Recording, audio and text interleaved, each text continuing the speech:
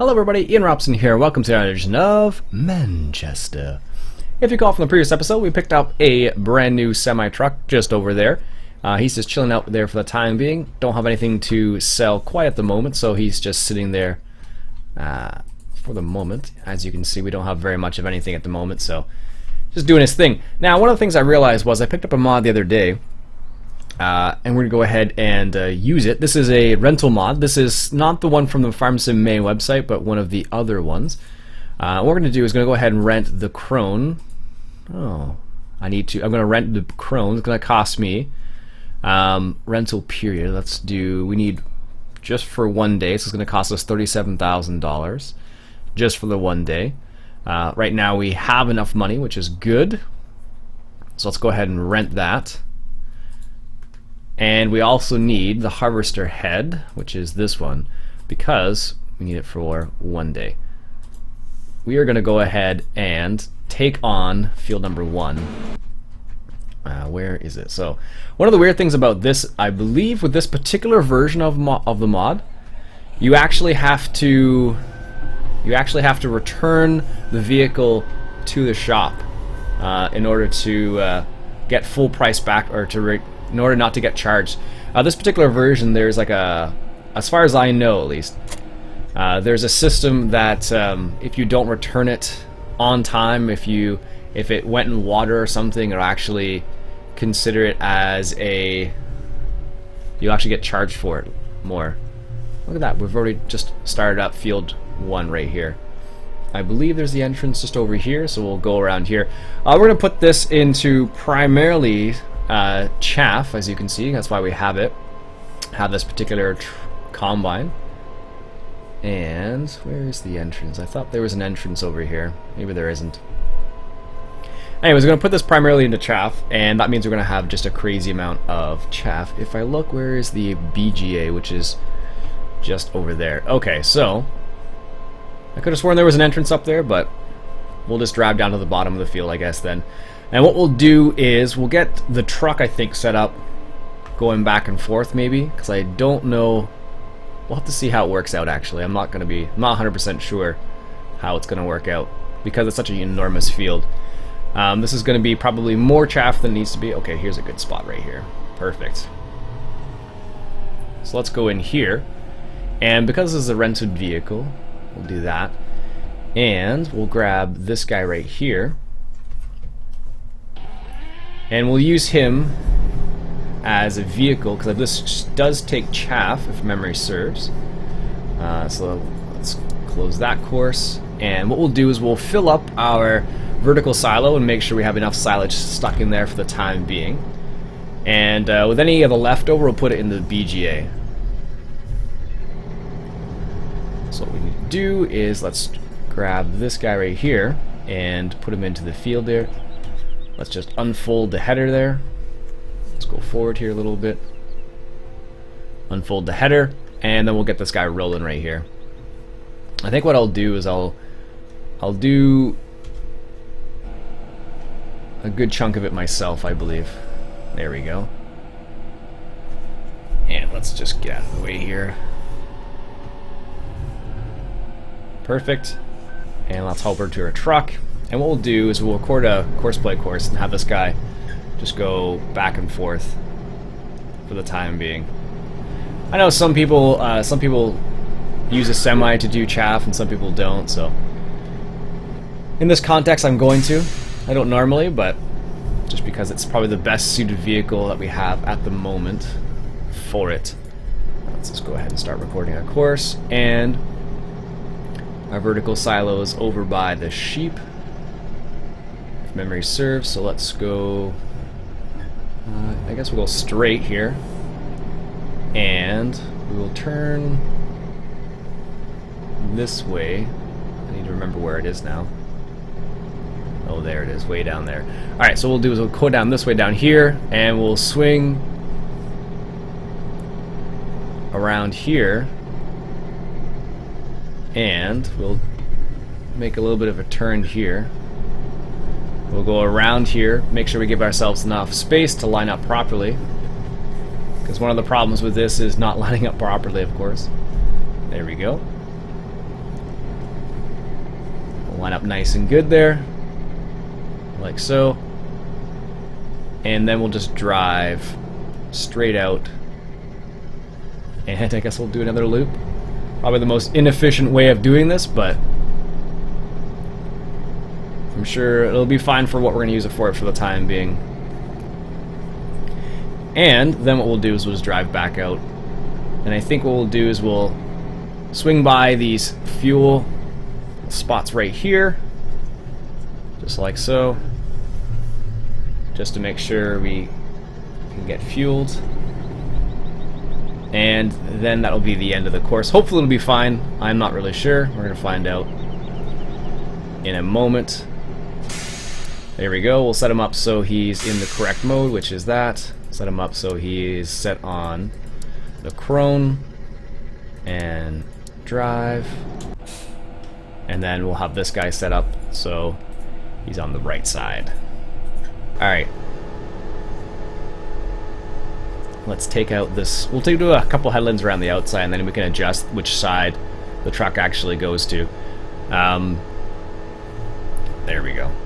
Because one of the problems we're going to run into is in this scenario, we don't actually own this field. So because we don't own this field, you can't actually hire a worker to do this, which is kind of funny. It's one of those strange things that when you actually... We don't actually need this open right now. When you don't own the field, you can't hire a worker apparently in 2015. I wasn't aware of that. In 2013 you could easily do it, it wasn't a big problem. But in 2015 apparently it is a problem, so you actually need to own the field in order to hire a worker. Now obviously I'm driving this right now, so this is me driving the Krone Big X. Oh, it's nice and quiet in here. You can use, like, if you drive them yourself or if you use Courseplay to do it, both will work. So, oh, it's got dynamic loading, that's good. Both will work to do that, but if you want to hire a worker, it's not going to work out, unfortunately. So, bit of an interesting little tidbit of information. If you're interested in that, that's what it's all about. The next thing we probably will need to do is collect some more grass, actually, so we can keep our mixing station rolling. But actually, what we should really do is get some water to our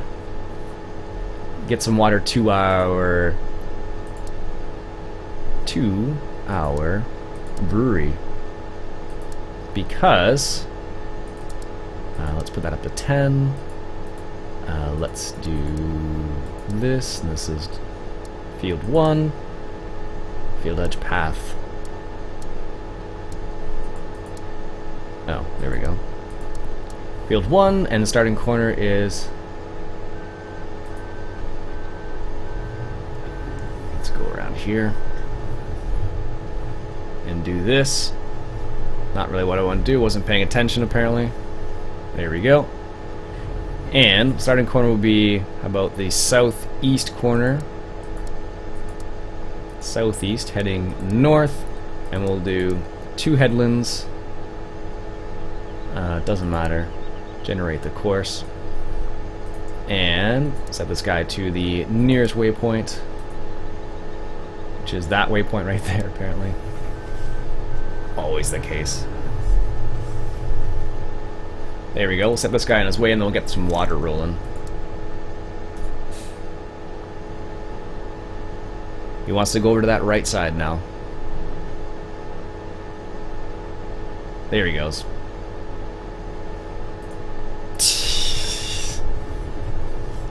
He really wants to... What the heck is going on there?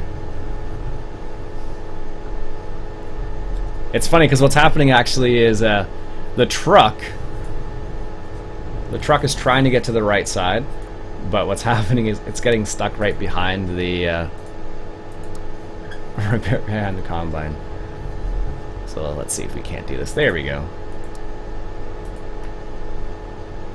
Interestingly enough, he looks like he's trying to stay off the crop. It looks that way, at least. Don't know how well it's working, but anyways, let's grab this guy, which is just chilling out here, and let's grab a water trailer, and then we will give our brewery some water. Would it be in tippers? Nope. it would be in miscellaneous, and let's grab the Zune hammer, and let's reset that guy. Oops, wrong direction, of course. It'd be cool. It'd be interesting if they added like a cost associated with resetting a vehicle. I think that'd be kind of nifty. So like, if you were resetting it from, let's say, from the store, there'd be a cost associated with it. I think that'd be kind of interesting, because then it wouldn't be, then it'd give you a reason to go like actually pick up your vehicle, as opposed to doing what I just did there. Alright, so need water. So what we should do is, let's pick up another mod that I just picked up. Storage. It is under storage. Now, do we get the windmill or do we get the solar? Let's go for the windmill. Now, this thing apparently has a really, really, really annoying sound, FYI. And because of that, I want it out of the way where I don't normally drive. Let's put it right here. There we go. Nice. Right. It's not gonna make there. So now it's kind of out of the way. Good. So the way that thing works is it generates a certain amount of water per, I think it's per minute, I think it's what it is. And because it is UPK, you can just drive up to it and it will it'll start filling up whatever trailer it is. So that's how it works right there. As you can see, it shows a certain amount of water. It's pumping a certain amount of water. It's just a windmill. And another facility thanks to Farmer Beavis. Well, 10,000 should be enough to get that guy started. Alright, so let's go up to the brewery. And let's take a look at that Chrome Big X. And this is the problem with this thing. All these turns. So I'm going to have this problem twice, or once, I guess, maybe. Once you're finished with that, then it shouldn't be a problem, but until you do it that one time, then there we go. And of course the truck is stuck now as well. This is where having a human being is always helpful. There we go. Alright, let's go drop this water off to the brewery, and hopefully we can start making some beer. That would be pretty darn cool. At least this trailer matches very well with our New Holland tractor. And why did I go that way? I don't know. I want to go in the complete opposite direction. Let's go up here. We've never actually been up here before. So let's go up here and see what it's like. I'm sure it's just like a mountain pass, but I think you can actually cut all these trees down, which is kind of crazy when you think about it. The guy who made the map did a pretty good job of adding lots of little details like this. This might actually be just a lookout point. We're gonna go have a look anyway, so. But it's kind of a cool little area, actually. Lots of little details you get to see. It's always nice to have that kind of have that little amount of detail in a map. So when you play on it, you're just like, you always discover like little Easter eggs, so to speak. So it's always interesting. Yeah, this goes straight up. Doesn't look like it goes back down. Not helpful for me. What the heck is up here? It's just a radio tower. Well, nice little view, I guess, of the radio tower. Or whatever that is. What is that? Yeah, it's just a radio tower. Guess we go up here and turn around. Well, that's what I get for not going the way I should have gone in the first place, I guess. Oh man, am I gonna be able to make that turn? It's gonna be close. Nope. Alright, let's turn up here then. And maybe now we'll be able to do the turn without going off the edge, one hopes. Barely. And we still ran into a tree, apparently. I don't know where the trees are now. Where are they? Oh, we are still stuck on a tree. I was like, I don't think we're stuck on a tree. But apparently we were. There we go. Here I thought it was a mountain pass to go from one location to another location, but really it's just going to the radio tower. I should have known. Trees, always the bane of my existence, apparently. There we go. So let's go back down now and go the proper way, apparently. And then we'll be able to actually give some water to our brewery, which was the whole idea in the first place, so... that's the way things go. You live and learn. Note to self, don't go back up here unless you have some specific reason to go to that tower. But it's kind of a cool little path though still. Despite the fact that it doesn't really go anywhere for us, it is kind of a cool little path to have. So if you want to check out like what the map looks like from a kind of an up in the air sort of perspective, or like bird's eye view sort of thing, it kind of add a little bit of extra visual effect, I suppose. But in general, I don't know, not really super helpful.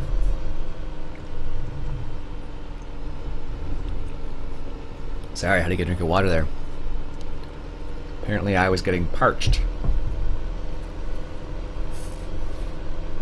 Alright, let's see. We're coming up to the brewery right here.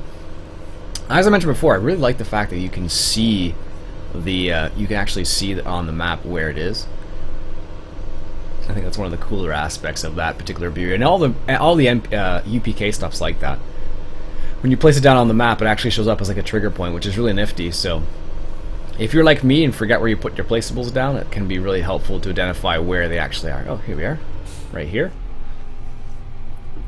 All right, so let's take a little bit of a turn here.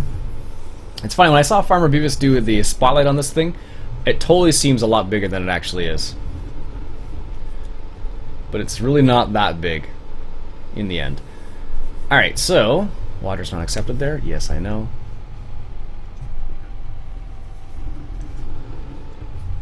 Alright, apparently I'm getting so many vehicles lately. I've been getting stuck with the for whatever reason I'm getting, why is that such a weird turning circle? Alright, so let's see if we can't actually get this. Is that going to be close enough? Yes, there we go. So now our brewery's getting water. And what that means is we should start developing a bit of beer. One can only hope. Let's see here. So got a little bit of water. Let's just increase time by 15 times to see if we actually start creating some beer. We should, unless you actually need wheat as well. I'm not certain about that though, because as far as I know, there's two different types of beer you can create, and it's wheat beer, or there's regular beer and barley, beer with barley, and beer with without barley. That's strange. No, nothing. Maybe it needs both then.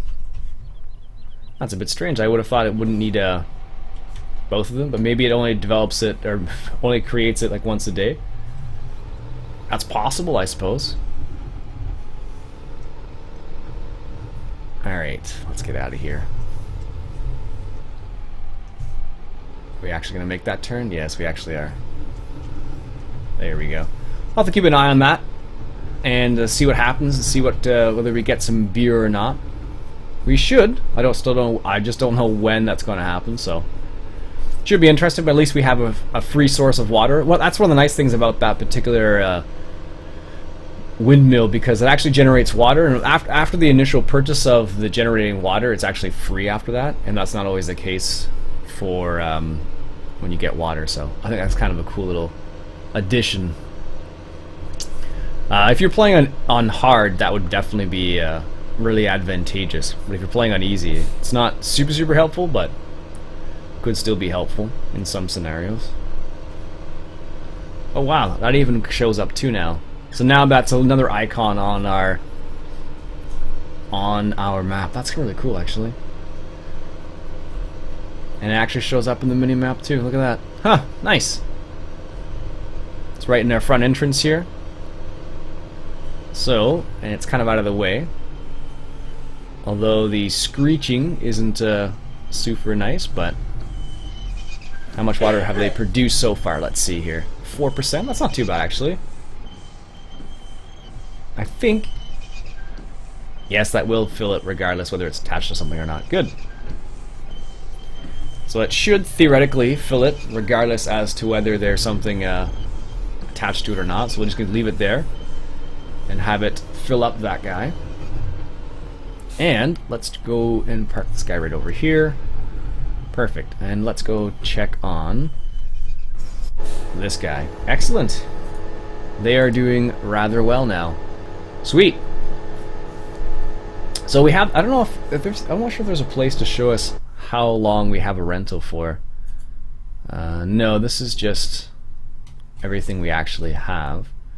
Let's see, does it show 150 hour? No. Oh, you can just, that's how you return the vehicle? Oh, interesting. And rent price. Oh, there it is, right there. That's how much it costs per hour. So if you only want it for an hour or 2 hours, depending on the size of the field, it will adjust the price. That's really cool. Neat. Anyways, folks, that'll be it for me for today. My name's Iain Robson. This has been Farming Simulator 2015 coming at you from Manchester. Catch you guys later.